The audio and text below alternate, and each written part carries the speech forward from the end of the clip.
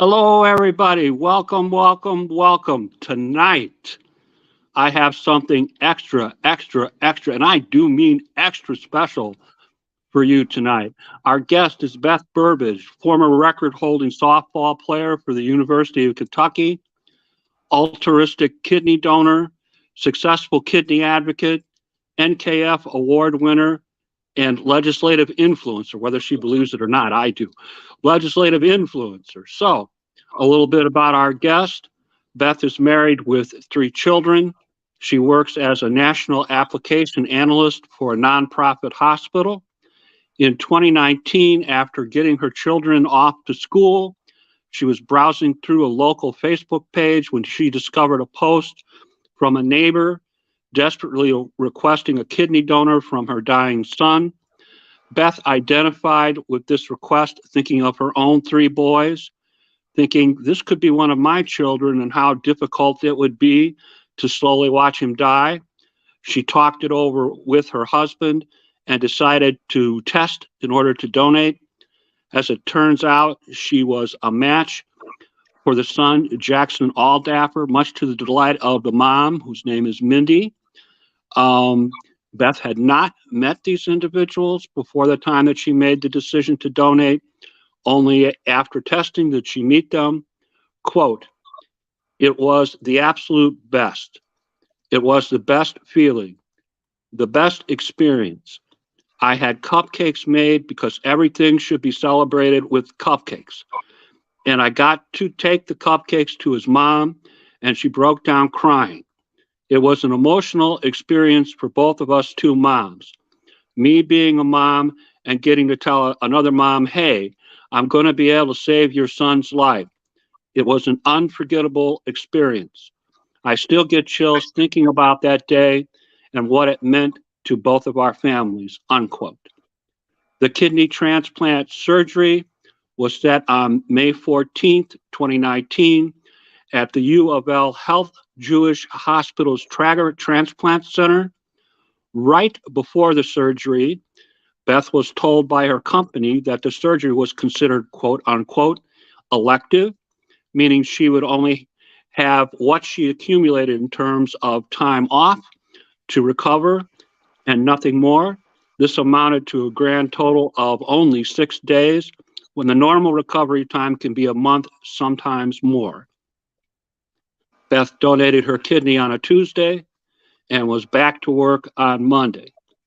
As a result, Beth has become a motivated, strike that, very, very motivated advocate for living organ and bone marrow donors to help reduce the fear and the roadblocks to potential kidney donors.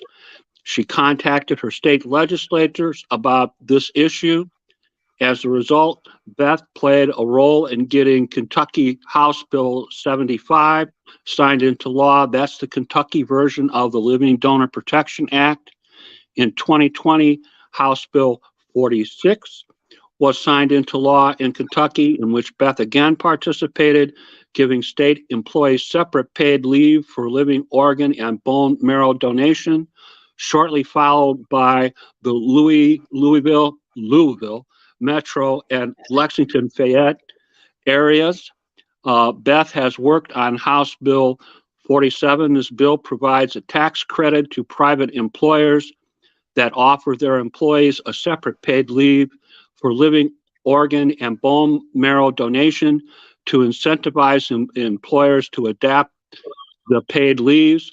The bill could change and save thousands of lives in Kentucky, as it would give potential donors the cushion of paid time off to go out and donate organs or bone marrow to help the cause. We didn't get it passed this year. It's going to come up again next year. My money's on Beth. All right, so Beth has been recognized by the NKF of Kentucky, winning a patient advocacy award. She is the regional leader for the best region, Region 5 of the National Kidney Foundation's Kidney Advocacy Committee. That is an elite kidney advocacy group, and I'm very proud to say I'm a member of that. I'm very proud to say we have the best leader for our group.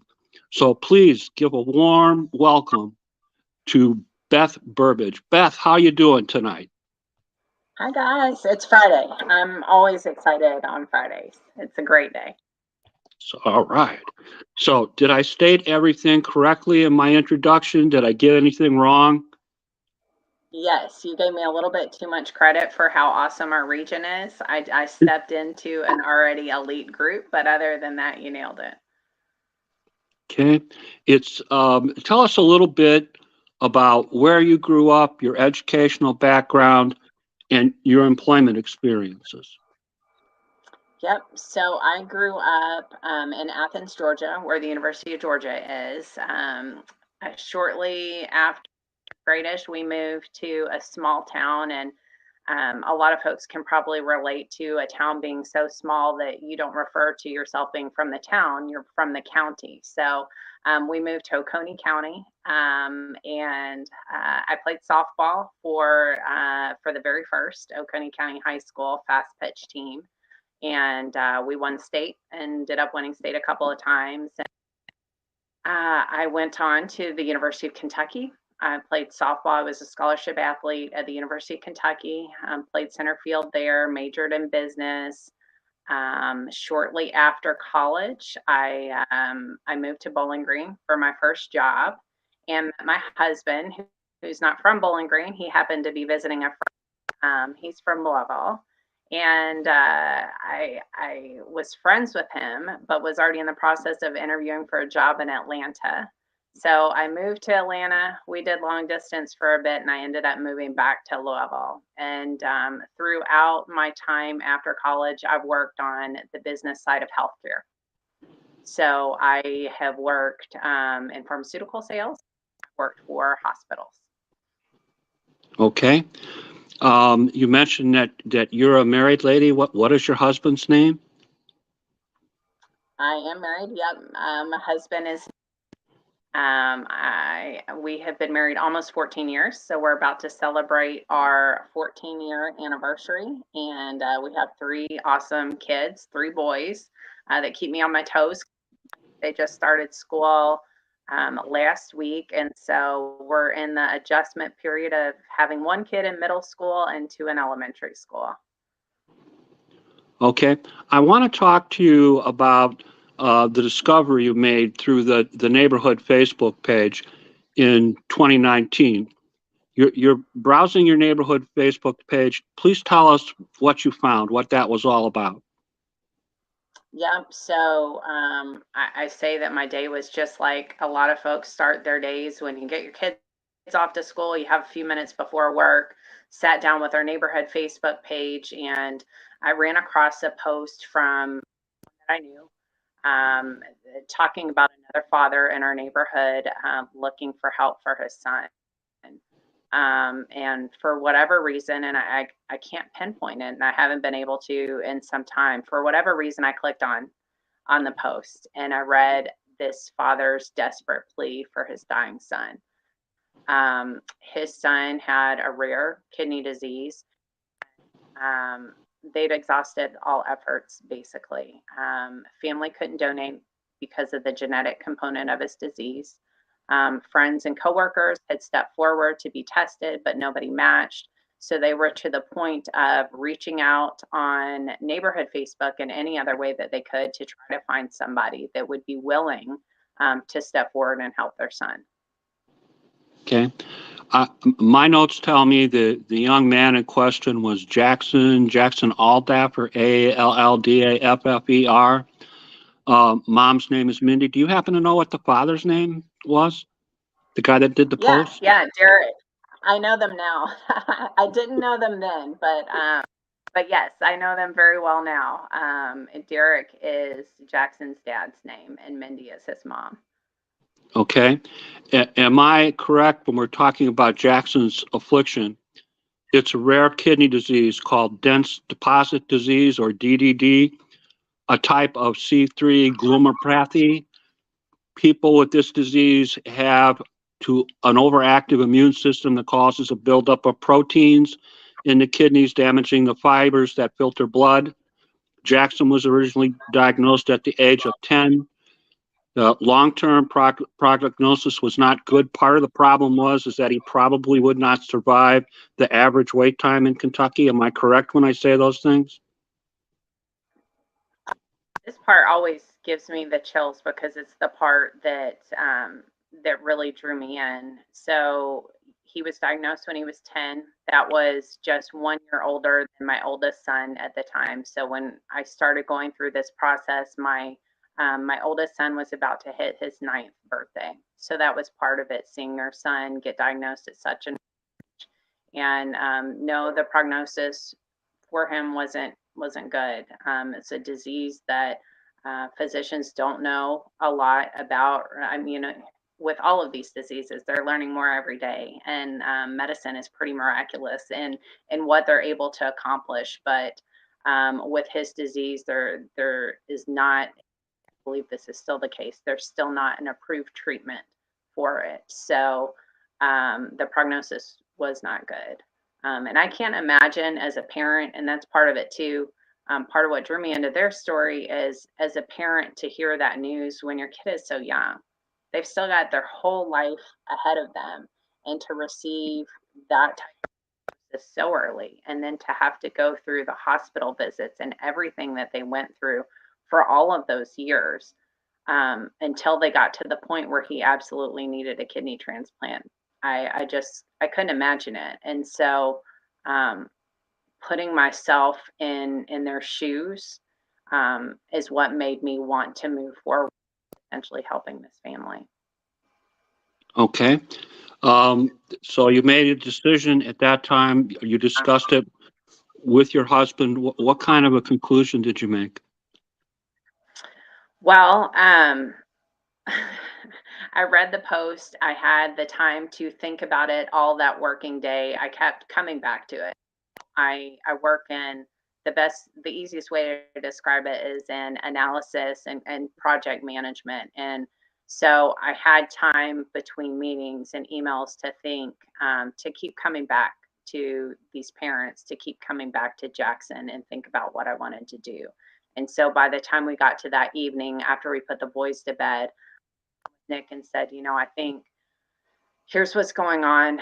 This family really needs help, and I really want to try to help them. I think I'd like to start testing to see if I could possibly match. I've donated blood before. Obviously, there's a big difference here, but I think I'd like to do this. And my husband said, in clear as day, I don't at all. He hadn't had the whole day to think about it and process it. I've just unloaded all of this on him after our crazy kids, who are all at that point 8 and under, or we've just gotten him to bed, and he wasn't a fan. He was worried about me. As a lot of people who go through this process, one of the things that I need this gift that I'm going to give to somebody else, but we don't have a history of family. We don't have a family history of kidney disease. So the odds of myself needing this gift, or my husband or my were so slim. It seemed like the best option to try to help this other family. And so Nick, for his part, did his research. I know I did a lot more research. We talked about it together until he was at a point where he was comfortable, and I was comfortable going through and making the call to start the testing process. Okay. Did you know your potential recipient and his family prior to when you started testing, when you contacted the center and told them you were interested in donating? Did you know them before? No, I knew that they lived around the corner from us, and I that was basically it. I knew they were around the corner from us. I kind of knew based on the posts where they were in our neighborhood, but I didn't know them at all. I know them very well now, but at the time I didn't know them at all. And as I went through the process, I didn't want to introduce myself to them. I can't imagine anything worse than getting false hope, especially for your child. And so I waited to introduce myself until we were 100% match. Okay. Tell us a little bit about going through the testing process itself. What were your initial steps like? What was the testing process like? Sometimes I've had living kidney donors on the show and a lot of roadblocks, a lot of issues. Did you have challenges? Not so much in the testing process. I had the best transplant on the face of the earth. And I know I'm biased, but Shonda was the absolute best. The day that I called in to say that I would be interested in testing to be a match for Jackson, they set aside 30 minutes. They said, can we schedule you for 30 minutes to go through history? Because they've got to ask a lot of questions about me and my medical history and my family and their medical history. So we went through that initial 30-minute call. And then after everything looked exactly as they were expecting it to, they scheduled my first testing day at the hospital. And that testing day is when it gets very real because they want to be sure at all times. And I always say this, they go through such an intense testing process to be sure that the donor leaves the surgery just as healthy leaving as they are coming in. So I had an EKG, which I'd never had before. I had that day, I met with a social worker, I met with a nephrologist, I met with a psychologist. The psychologist might have been on the second visit, but I had all of these tests to be sure that I was not only healthy physically, but that I was healthy emotionally and mentally and ready to go through this surgery for the right reasons. And Okay, then financial, financial, financial. yeah. Yep, they have to be sure, and that was part of the social worker meeting with me was they wanted to be sure if I was going through recovery and someone was taking care of me, who was watching my children. For me, I was incredibly lucky. My mom and dad came up. My mom stayed with me at the hospital while I was there so that Nick could focus solely on our kids because we wanted their lives to stay as normal as possible. So I called after I got through the first round of testing. So before I went into round 2 of testing, and I called my mom and said, "Hey, I'm thinking about doing this. I'm thinking about donating a kidney to a neighbor's son." And I think there's probably a lot of reactions that you could get, but none beat the reaction gave me. I mean, I think it was something along the lines of, okay, what can we do to help? And also, I saw a Hallmark movie where somebody donated their kidney and ended up marrying the guy. So, yeah, this totally makes sense to me. Okay, what do you need me to do? And for her to come and stay with me. I think that it's important to share. Her family had already been through this. My uncle Bill was 16 when he passed away from leukemia. He They tried to find a bone marrow match for him and were unable to. I have an aunt and of course my mom and my grandparents. None of them matched, and this is before I was born.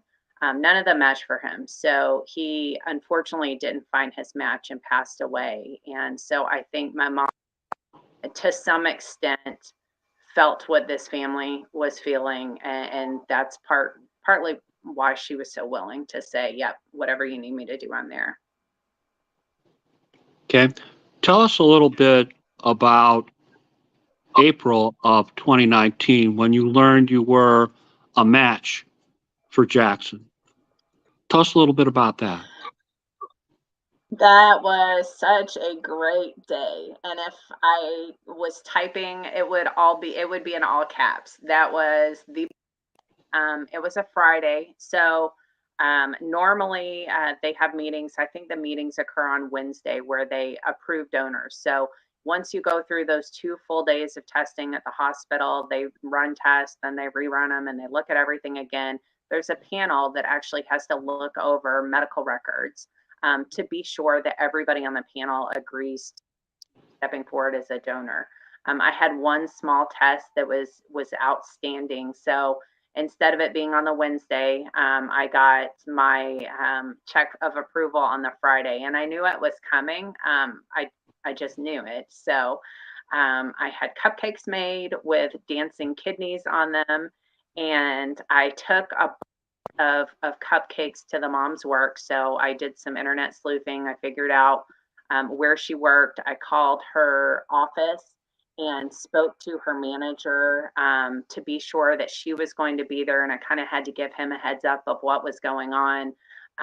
She had heard some part of that and honestly thought somebody was calling in to complain about her and her job and her role. And no, it was me instead. So they told me when she'd be going out to get coffee, and I came in with the box of cupcakes, and then she came back, and I was there with the cupcakes, and in the top of the box, I wrote, "I'm a match," and I attached my hospital band to show her that I wasn't just stepping forward to do the testing. I'd already passed. I was already to a point where we could schedule the surgery. Excellent, excellent. All week long, people have been asking me, why are you showing this picture of this woman with these cupcakes? So now they know. I love to celebrate with sweets. So Okay.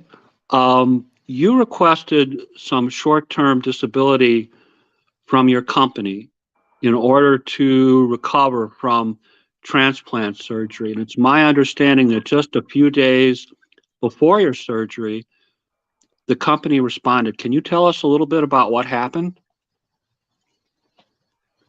So I don't know that days. It was shortly right before surgery. I called in to schedule short-term disability. I had everything put together, and when I called in, the young lady was super nice talking to me.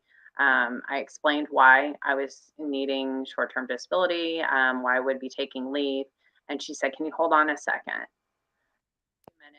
And came back, and I could hear it in her voice. She said, "Ma'am, I'm sorry. This surgery is considered elective." What that meant for me was that I could take the time unpaid, but it was not considered a medical need for me. It didn't matter that it was a medical need for Jackson. It didn't matter what this surgery meant to his family. As far as company policy was concerned, and it would be an elective surgery. And so I had vacation time built up. I usually have vacation time built up going into the summer. Who doesn't with kids and planning things? I had vacation time built up, so I made it in my mind that I would take 4 vacation days going into surgery on Tuesday, and then I work on Monday. And I talked through it with my manager, and he said, if you think you can do that, but you can't be on painkillers working, which is understandable. I work again on the business side of healthcare, handling sensitive documents. So it would be impossible for me the way that I needed to. So I had surgery on Tuesday. I took my last painkiller on Thursday night because I needed to be sure that I could start making it through a full without taking painkillers. So took my last painkiller on a Thursday night, and luckily for me, all the stars aligned. My recovery allowed me to not have to take any more painkillers, and I was back at work on Monday answering an email. For the email and the person that I sent it to at 8:30 that Monday morning. So it's my understanding you donated a kidney on Tuesday. You're back at work on Monday. I've read in Kentucky that the average time that a donor normally would take off is a month, maybe a little bit more. Is that likewise your understanding? Yeah, 4 to 6 weeks. And I was back after 6 days. And I think that I'm proof that it can that folks can do it. I was lucky. I work from home. I work in a job that I don't have to pick up heavy items. That's one of the big constraints after you donate a kidney. You can't lift more than 10 pounds for a set period of time. And 10 pounds, they equated it about to a gallon of milk. So you can't pick up a gallon of milk for a set period of time. So not only did I have that constraint in my family life, as I mentioned, all of my boys at that time were my oldest had just had his 9th birthday, 9, 7, and 4. My youngest had to hug me on the side for a long time. I'd have to sit and work. I sat upstairs in our living room and worked because I couldn't come down to my basement office. It was too hard to come down the stairs that soon after surgery, so I worked in our living room. My husband was to be with me and try to help me maneuver around, but I would take breaks to get up and walk because walking is one of the most important things you can do after surgery. So I made it work, but really, I shouldn't have had to. And so that's where all of the rest of the advocacy stuff started to come in. I was thinking, work, you know, no one else should have to do this. I pushed through, but it would be very easy and understandable if I'd gotten to the point where they said, "Hey, this is an elective surgery," and I had to back out. And I can't imagine for other families that are waiting, you just shouldn't have donors that have to have that. And it's a barrier, and it shouldn't exist. Agreed. Agreed. 1 second, Beth. Little shout out to my friend Kent Bressler from Kidney Solutions. Kidney Solutions is a sponsor to the show. He's pointing out that your story is appropriate for the Living Donor Protection Act on a federal level. Keep your seatbelt on, Kent, because this is the lady that's responsible for getting it passed in Kentucky. So, okay. Let's talk a little bit about the day of the transplant. My notes tell me that you were transplanted May 14th, 2019 at the University of Louisville Health Jewish Hospital's Trager Transplant Center. Talk to us about that day. What happened? What went on? So I had to be in to the hospital super early in the morning. I don't even remember what time. It's probably 4 or 5 in the morning. Like I said, I like to celebrate, so I took cookies of dancing kidneys to give to all of the awesome nurses and all of the awesome hospital staff that I knew would be taking that day. They actually thought that I was there selling something, probably in pharmaceutical sales or something, because they said, are you needing us to send something? And I said, well, no, I'm going to a room. I think you guys are getting me checked in. And so the day went flawlessly. I was taken care of by incredible staff that took care of everything. And my parents were there with me again so that Nick could be with the kids and get them off for their normal day of school and preschool. We started surgery just after 7 that morning, and my surgeon was amazing. Dr. Sutton, she is phenomenal. She's actually since moved on from U of L, but she was just amazing. She did a quick surgery. By the time that I woke up from surgery, my kidney was already working for Jackson, which I think is just the neatest thing in the whole wide world. In just one morning, I was able to completely change the trajectory of his life. And I don't think what I realized at the time, I didn't have any understanding that it would also change the trajectory of our family's life either. I mean, of us, it completely changed everything. And it was just in the span of those few hours of a morning. So I woke up from surgery. They wheeled me to my room, and I am not the most patient person. I would love to be more patient. It's probably one of my downfalls. But I wanted the air tube out, and I wanted the boots that were meant to help with circulation. I wanted them to get up, and I wanted to move around. And so I got all of that off and went on my first walk, and then continued to walk on the hour, every hour that I was awake. just to try to get back to feeling good. I was able to see Jackson's family. They came in and checked on me. I was able to go see him and see how well he was doing. Yeah, just it kind of went by in a blur. I was there, and then I felt like I was home, and it was really quick. I think I came home. I went in Tuesday and came home Thursday afternoon. Excellent. Excellent. How are you and Jackson doing since the transplant? Great. He actually is doing really, really well. He's older, so he got diagnosed when he was 10, and he was able to stay healthy enough, with which I think says so much about him and his parents, to stay healthy enough for 14 really needed the transplant. So he has been doing great. He took a promotion. He is working full time. I get pictures of him hiking, and I try not to give too much information about him because he's such a private person. And he had to talk about this disease for years and years and years and years. So I try to get and not talking too much about him, but he's doing awesome. And the texts that I receive from him always light up my day. The calls from his dad will just call, and I probably have 2 voicemails from him saved on my phone because they just make me smile. I was supposed to have our 3 anniversary celebration in May, but I got COVID, and then Jackson's mom just had a scare, so we weren't able to get together. But we were actually just texting about it earlier today that we're hoping to get scheduled in the next few weeks. So it's been pretty neat to get to see him thrive. I mean, he was an amazing. I say kid. He's a big kid. He's just an amazing person, and his family. They're great people, and so it's been. Okay.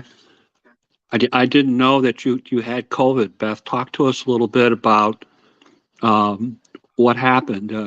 Having COVID, dealing with it, getting over it. What occurred? So I flew, and I was one of the only people that flew with a mask on, and I tried to be as safe as I could. And came home, and I knew something wasn't right, and so I tested before I started hugging all over the boys, and sure enough, unfortunately, I got COVID. And I'd love to say that I was one of those people where it was just a little sniffle. For me, it wasn't. But it's okay. I had the time where working from home obviously helps. I wouldn't have been able to go into I wouldn't have wanted to go into an office and be around anybody, but it took, it took a couple of weeks for me to pass. So it was no walk in the park. I wouldn't recommend it to anybody. It was. I know other people who have had it way worse, so I don't want to complain, but it was definitely not fun. Okay. Are you over it now? Have you had complications since? Yes, I'm completely over it. No complications. I am in a very lucky scenario where I'm a pretty healthy individual. So I definitely think that helps. I don't take any ongoing medications. I don't have anything really that has to be kept track of. So I think that helps a bit. But I'm knocking on wood as I say that. I certainly don't want to have to. And yeah, knocking on wood for all of us and everybody listening. Okay. Any complications with your kidneys since the time, or kidney, I guess, since the time that you donated? Any problems, issues? No, no. Yeah, no. The neatest thing I think is they call it the best physical of your life when you go through living organ donor testing. And they really mean it because they do a CT scan and EKGs and x-rays and labs and labs and labs and labs. The neat thing is that every year I can go back to the hospital and they run a thorough panel of testing. So for me, I love it because I get to go and see all of those awesome people who took care of me at Traeger Transplant Center. Get to go and say hello and check on them, but also get to have my lab work done just to show that everything's still going like it should. And my lab works continue to be great. Not experienced anything really that as a complication at all. I love to run, and so one of the first things that I wanted to do release to be able to go back to full activity was to go on a run. And so I went on a short run, and then I extended it out, and then I wanted to do something I had never done, and I'm stubborn a little bit, and so I always stick to 3.2 miles. I'm gonna run 3.2. That's it. So for the first and only time, I haven't done it again since. I went and ran 4 miles that September. Just something that I hadn't done before. And yeah, no, since then, I'm not one of those ultra marathoners. I know there are folks that have donated a kidney and climbed Mount Everest. There are folks that have donated a kidney and do ultra marathons and marathons. That's not me. I'm more of the 3.2 miles, but still as healthy as I was. Okay. Some of us, when we become kidney advocates, there's an epiphany. There's something that we can point to where that day, that time, that particular incident, we made a decision to take on the responsibility for other kidney patients.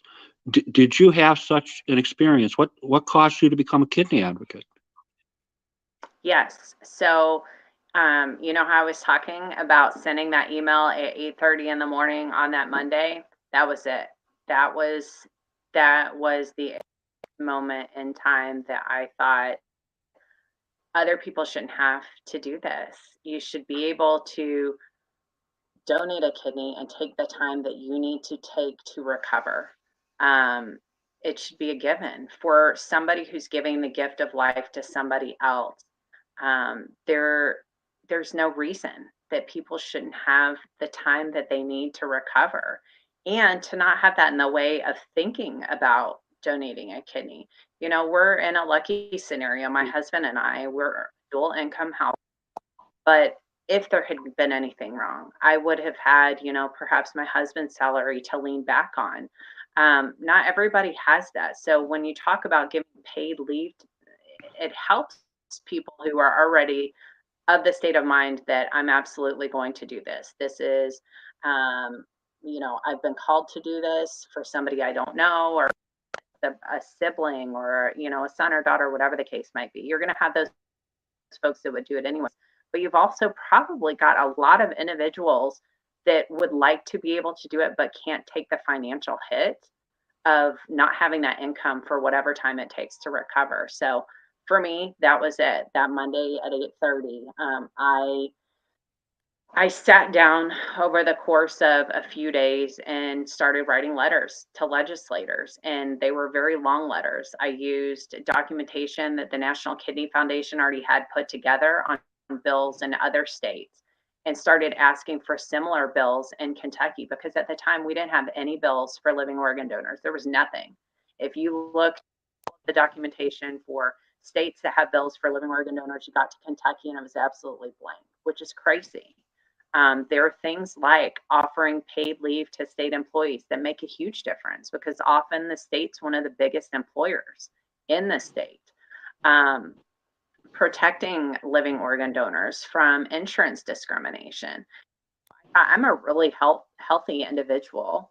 About a year after surgery, I went to re-up my life insurance, and that should be a pretty easy process. I have a very straightforward medical record. There's not really a whole lot on there besides having my kids and donating a kidney, and it took over 300 days for my life insurance to get approved. Yeah, you're doing what I was doing.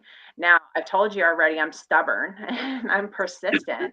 So I called the company a lot to say, what's the status? Why is this not moving forward? I got a letter at one point stating, you know, we realize you called to terminate your request for coverage. So this is, you know, effectively you've terminated your request for coverage. And I called and said, no, I did not do this. And I had by that point, I'd taken detailed notes on every call to the insurance company. So I could point to the specific day that they were talking about and saying, yes, I called in.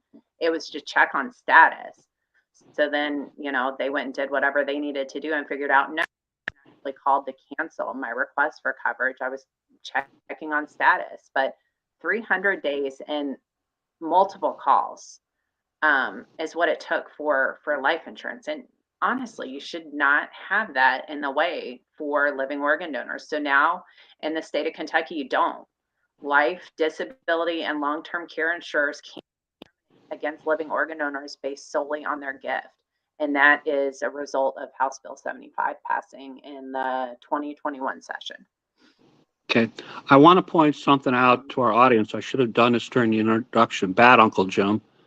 All these things that our friend Beth is talking about are in the comments.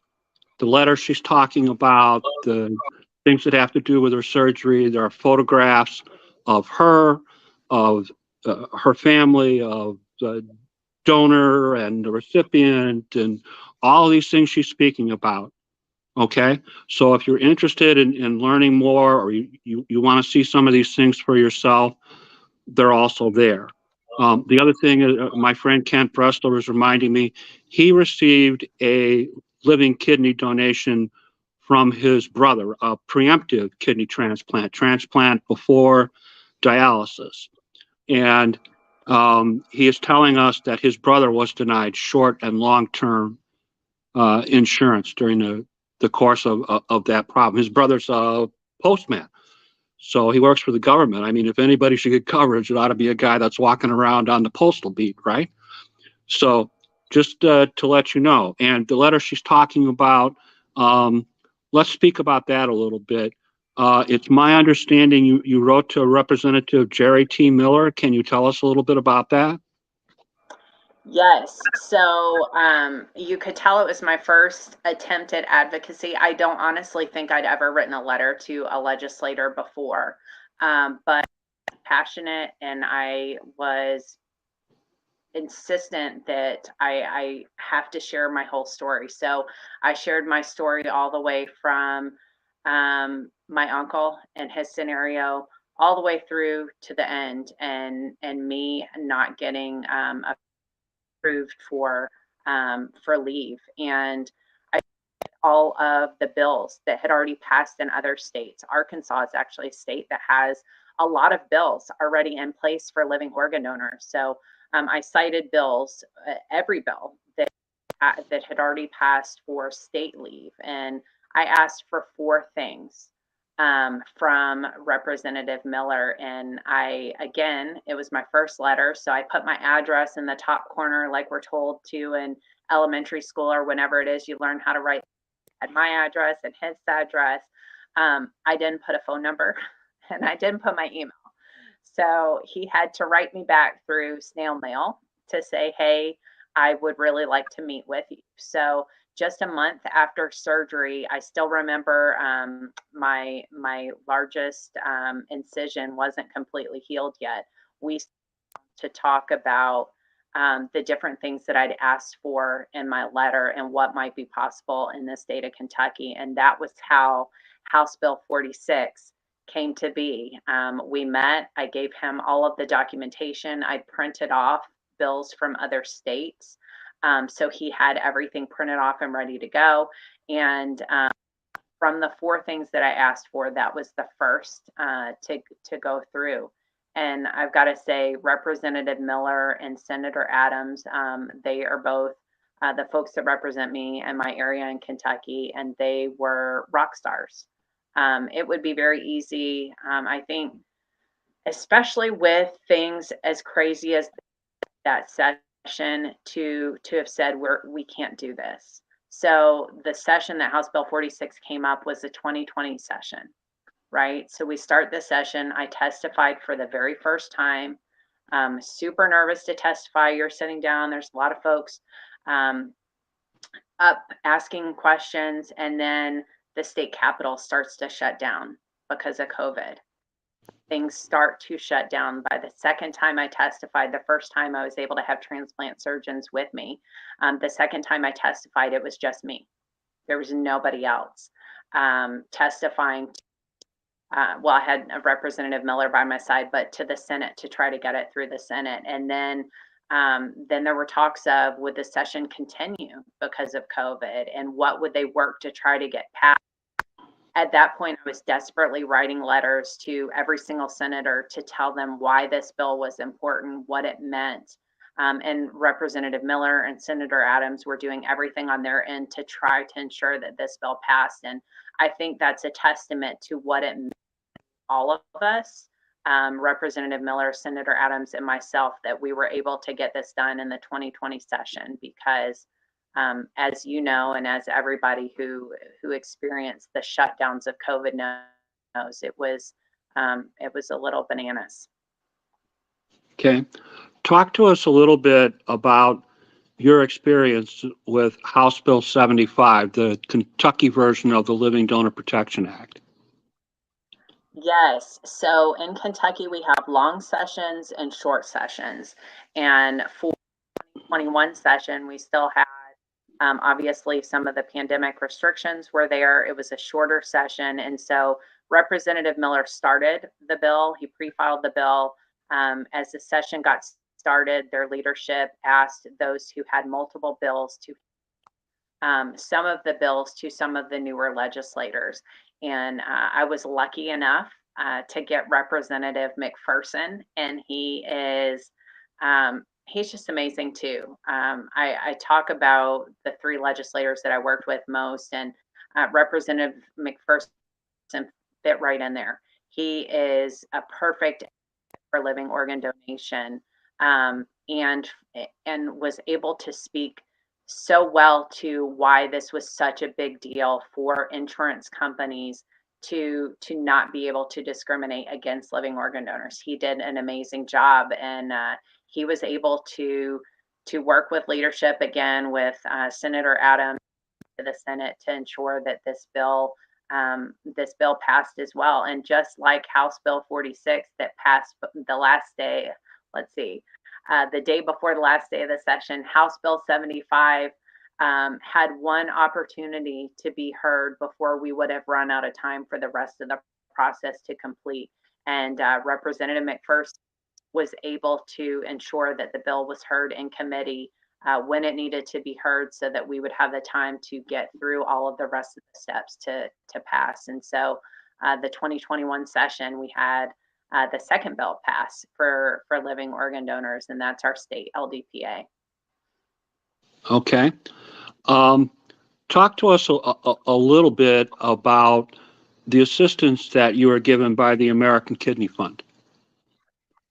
Yes. So I, when I first met with Representative Miller for House Bill 46, it was just me. I didn't know a lot about advocacy. I didn't know a lot about working with legislators. I honestly probably couldn't have given you the full process for a bill to make it through to passage in the state of Kentucky. It's not something that I had a great intense deal of knowledge about. And so when I met with Representative Miller, he said, you've got to get some organizations to support this bill as well, so that we can show other legislators that this means something to people other than just you, right? That there are other people that have a vested interest in this. And so I reached out to the National Kidney Foundation and to the American Kidney Fund, and both organizations have just been phenomenal partners with helping to ensure that they're just little things like having documents to give to the legislators as you're speaking to them in committee, of the statistics and background, all of the numbers. Organizations like the American Kidney Fund and the National Kidney Foundation both worked really well to be able to provide that level of support if there were specific questions. The American Kidney Fund actually testified with me remotely for, I want to say, for both bills. The National Kidney Foundation of Kentucky was there as well with me in every instance that they could be. So just I think I went into this not feeling alone, but feeling like this is important to me to get this done so other living organ donors wouldn't have to go through what I went through. What I found since all of this started is that there's these amazing groups of people with the American Kidney Fund, with the National Kidney Foundation to provide just incredible support. And then, there are other advocates like you, Jim, like Curtis, like all of the awesome people that we have in Region 5 in Kent. I'm not leaving you out in Texas. We have this amazing group of advocates across the country. So it's not just my voice, there's this large group of voices. It's not just me alone, a whole group of people, a whole group of organizations really wanting to make these changes happen. Okay. And you also did some work with Donate Life Kentucky and the American Society of Transplant. Can you talk to us a little bit about that? Yes, absolutely. I'm a big fan of CODA. So CODA, our organ procurement organization in Kentucky, they have just an amazing role in trying to ensure that that families are supported. So families that go through deceased donation are supported. They've also been incredibly helpful and supportive of the legislation for living organ donors because for donors, donors of all sorts. They are just a really great group. I will be at the Kentucky State Fair in a couple of weeks, sitting at the CODA booth to try to encourage more individuals to sign up to be organ donors. Signing up to be a living organ donor definitely takes thought, a lot of planning around how this might go for your family. Signing up to be a donor after death is a pretty easy decision, and they couldn't make it any easier than putting it on registerme.org. So I always tell people who say, "Oh, I could never be a living organ donor." One, you'd surprise yourself. You will surprise yourself and do. But two, if it's not something you're ready to do right now, you can always sign up on registerme.org to be a donor after death. The American Society of Transplantation, really, really great program that speaks to my heart. The Living Donor Circle of Excellence. So this program promotes and amplifies those companies that choose to offer paid leave for living organ donation. So it's just an amazing group of medical professionals that are working to try to make this whole process easier for living organ donors through getting companies to offer paid leave. And that's a huge deal for those folks that think, maybe not living organ donation right now. Well, company to offer the leave. It's an easy decision. It's not something that has a big impact on the bottom line of the company, but it makes a world of difference to whomever steps forward to be a living organ donor, and definitely for whoever receives the organ as well. Okay. Talk to us a little bit about your experience with House Bill 47 and what that is all about. Yes. So House Bill 47 unfortunately didn't pass last session, but I was able to meet with Representative McPherson earlier this week. He is, again, amazing. Met with him and talked about what the bill will look like next session. And the bill provides a tax credit for companies so that they can offer paid leave to their employees for living organ and bone marrow donation, which is a huge deal. It provide the iteration of the last bill provided 40 hours of leave, which, as you know, is not the full time needed to recover, but it's a foot in the door, and it's help for small companies, especially that are considering offering leave. Love to offer leave, but financially, it's more difficult for a smaller company to be able to take the hit of having an employee out. House Bill 47 not only helps the company by providing a tax credit for the salary of the employee, but it also provides a tax credit for the expenses due to replacing that employee while they're out. So if you have somebody come in and provide that help while the living organ donor is recovering, the tax credit covers a part of those expenses as well. and that's huge. If we can get more companies to offer paid leave, it removes the largest barrier in the way for people considering living organ donation. Just excellent. My friend Kent is pointing out he got great help with House Bill 377 in Texas. That's their version of the Living Donor Protection Act. And just so everybody knows, there's a national version of the Living Donor Protection Act as well. And the reason that we're doing all this in the states is to try and convince the politicians on a national level to please pass that law as well. So when you see the NKF post those things, for example, on their website, please sign in to please support that, okay? Because we have good people like our friend here that have been working very hard to try and get that done. I understand that House Bill 47 will probably be reintroduced again in the next session. Yes, we fully expect it to get next session. I wouldn't mind for it to go a little bit further than the 40 hours, but it's always a balance to ensuring that it's something that makes sense fiscally for the state, but also provides a big enough benefit to companies. So some iteration of House Bill 47 will go next session, and I'm super excited to see if it's not something that we can get passed. Okay.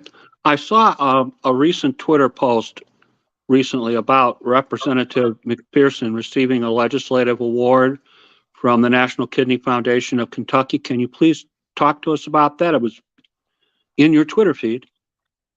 Yes, so Representative McPherson, we had a gala in February, and Representative McPherson was chosen to receive the 2022 Legislative Award, primarily for all of the support and all of the effort that he put into not only House Bill 75, but House Bill 47, even though House Bill 47 didn't end up passing.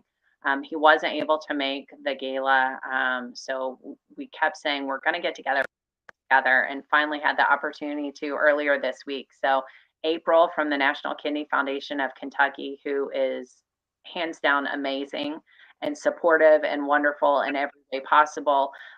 April was able to work with me, and we were in Frankfurt to give Representative McPherson his award. So got to tell you in person for everything that he done to make this bill happen.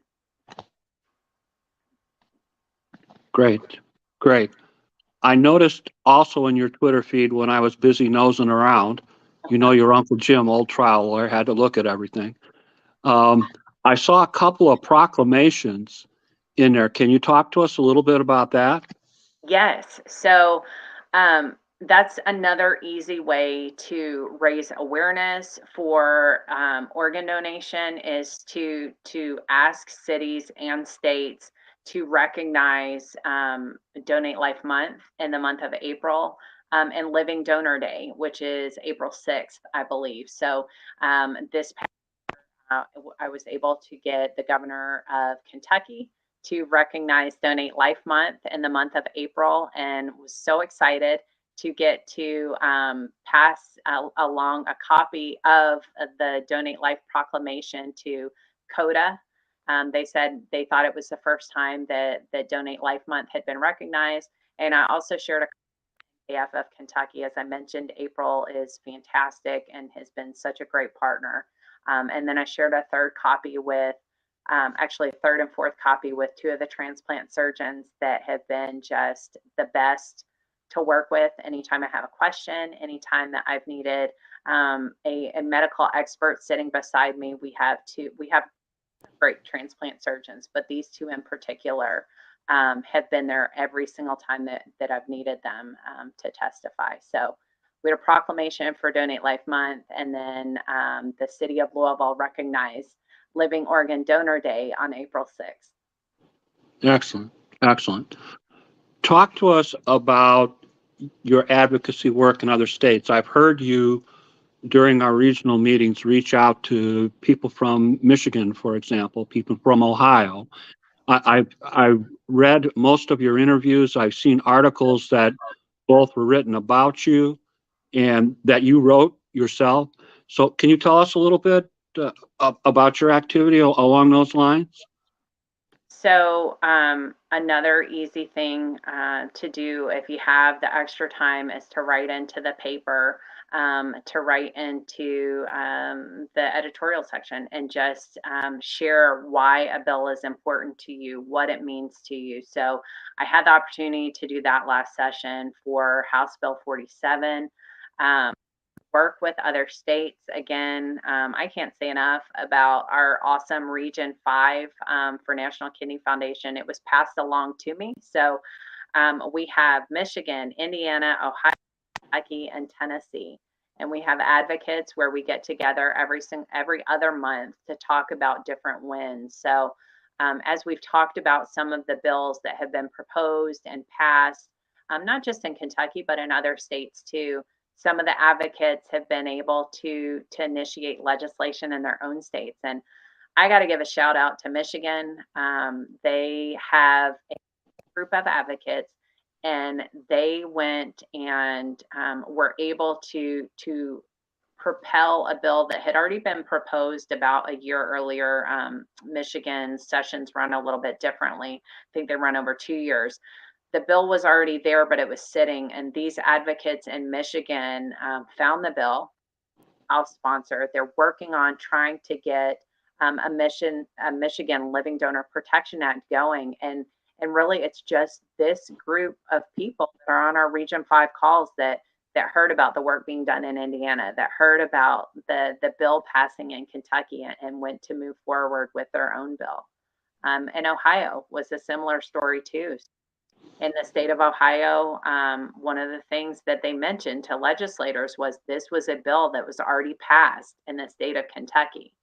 And, Ohio folks were like, wait, this is already passed in Kentucky. How is that even possible? And so they worked because they knew, you start to know, yeah, hey, our neighbors down south already passed.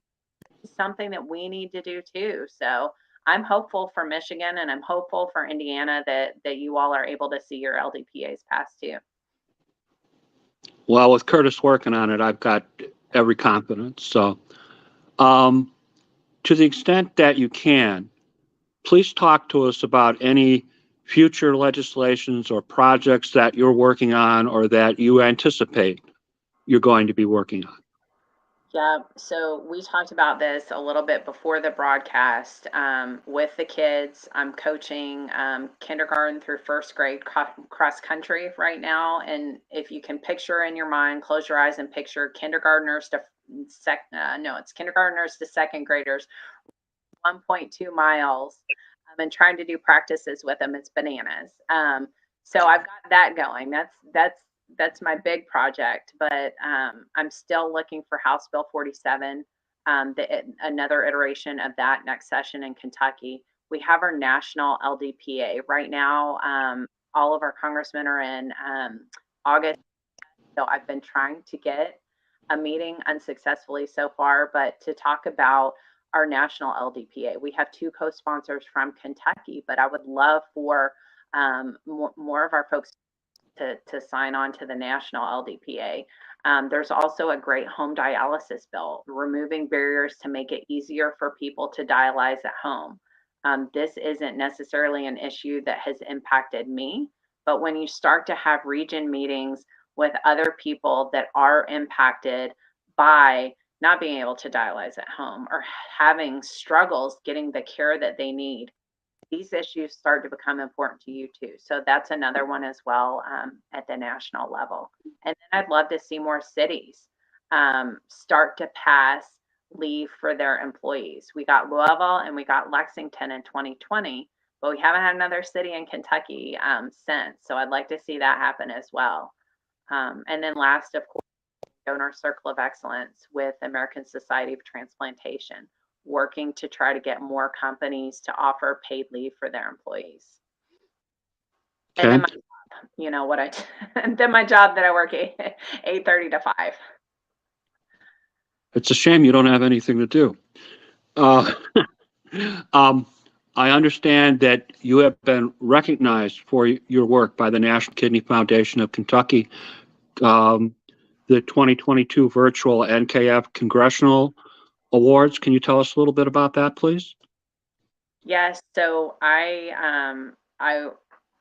was chosen to some extent by the rest of the advocates in our amazing group nationally, for some of the work that I've done. And we talked about this, and it's not necessarily being humble. It's just that it takes such a large group to get these things through. So it's my voice that's there sharing my story, but there are so many other people behind me. So I did get the award from the National Kidney Foundation, and there have been some other awards that were incredibly. They're all meaningful to me. I know much the community of advocates and the community of groups and my husband and supporting me, and right now, having the kids upstairs watching a movie so they're not popping in while I'm doing this.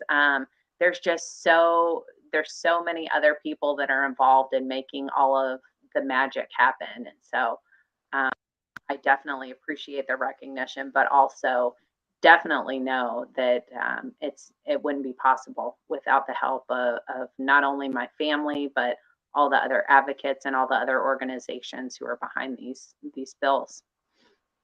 Okay. You've mentioned a couple of times about being the region leader from Region 5. Can you tell us a little bit about your experiences with that? Anything you haven't mentioned to us yet? Well, our region is awesome. So if you are in Tennessee, Michigan, Indiana, Ohio, or Kentucky, and you're an advocate and you want to help initiate positive change for other people, come join us. We have a group. I think we meet every other month. Not every advocate can be there, which is okay. We usually have, I would say, around 8 to 10-ish people that and we just talk through different initiatives that are going on at the state level, at the city level, anything that we can do to brainstorm to try to initiate change. So I was given this wonderful group that already existed. Curtis was our previous leader, who was awesome. If you don't know him, he's a really great guy. He was the leader. It passed down to me. And so I'm about midway through the first year. I'll be the leader of Region 5 through the end of next year. And then we have another awesome advocate that'll take over from there. Okay. I have been told that you're always willing to give advice to other living kidney donors who wish to become kidney advocates. Quote, if I had to give any advice, I would absolutely do it. It is one of the best things you can do, not only for yourself, but in trying to enact change. You have the possibility to make an impact for everybody else who comes along after you. And it's an incredible, rewarding experience. Can you talk to us a little bit about that? Yes, I would say for anyone considering living organ donation, it's something you should take the time to make sure it's the right decision for your family, and then make that call to the hospital to potentially begin the testing process. Let them answer all of the questions that you have for you. For me, I would do it again if I could. And I think most kidney donors say the same thing. If I had an opportunity to do it again, I'd absolutely do it again. There's a feeling that you get when you do something good, when you put good and kind out into the world. There's this warm feeling that you get anyways. Multiply that times 1,000 or 1,000,000, and that's kind of the feeling that you have donating a kidney, and seeing else thrive and do wonderful things and get to be with their family and get all of these different experiences. It's just the gift that keeps on giving. I had my cousin tape me sharing that I was a match with Jackson's mom. And I had her tape it, thinking if I ever have a down day where I'm wondering why I did this, I'm going to look back on this video because I know it'll show me why. Give me the why. I don't need that video. I really don't. feeling that I have has stayed with me. It's 3 years later, and I still have that same amazing feeling that I had when I told Mindy and when I told Derek that I was a match. That has stayed with me always. It's an indescribable, amazing, just feeling. Yeah. Okay. We're in the home stretch here, kiddo. Um, in conclusion, is there any statement you would like to make before we end the conversation for the evening? Did I forget anything that you thought was important? Is there anything you would like to say to our audience? Thank you for being here. If you're still here after an hour and 11 minutes, thank you. I see Elizabeth. Elizabeth is one of our folks out of Region 5. Hi, Elizabeth. No, thank you for being here, Uncle Jim. You did a great job. No surprise there at all. I hope that this has helped somebody who's either thinking about donating or somebody on the transplant wait list. Please know that you have people fighting for you, and that we'll continue to fight for you to try to make things easier. Such great broadcast. Thank you for taking time to talk to us tonight and to teach us, to help raise awareness, to show us some of the behind the scenes that goes on in making the sausage that becomes legislation, and just uplifting all of us with your tremendous kidney story. We really appreciate it. Thank you so much for coming on. Thanks for having me. I appreciate it. Happy Friday, everybody. Happy Friday, Beth. We're going to let you go. I just have things to talk about what's coming up. So, you're free to go. You're free to stay, whatever you want to do. Thank you. All right. You have a good evening, my friend. Thanks. You too. All right. So, stuff that's coming up. 8:26, we're going to talk to David LaFleche. He is a PKD patient from Canada. He's going to tell us a little bit about his story and how kidney transplants work in Canada. The 2nd of September, Kayla Yoakum is going to come on with us, tell her kidney story. The 9th of September, I'm looking forward to this. Merle Aranga is going to come on. She's a kidney cancer patient. We're going to talk about kidney cancer and her struggles and what goes on with that. The 16th of September, we're going to talk to Shane Moore and Michelle Resendez about kidney transplant. Shane is a kidney transplant patient. Michelle works for a company that has developed a product that detects early rejection, silent rejection, if you will, called OmniGraph. And we're going to talk about that a little bit. 9:23, boy, am I fired up about this. The great Willie Blackwell, the ex-NFL player who just recently was transplanted, is coming on the broadcast to tell us his story. I've been trying to get Willie on for a long time, so I'm pretty fired up about that.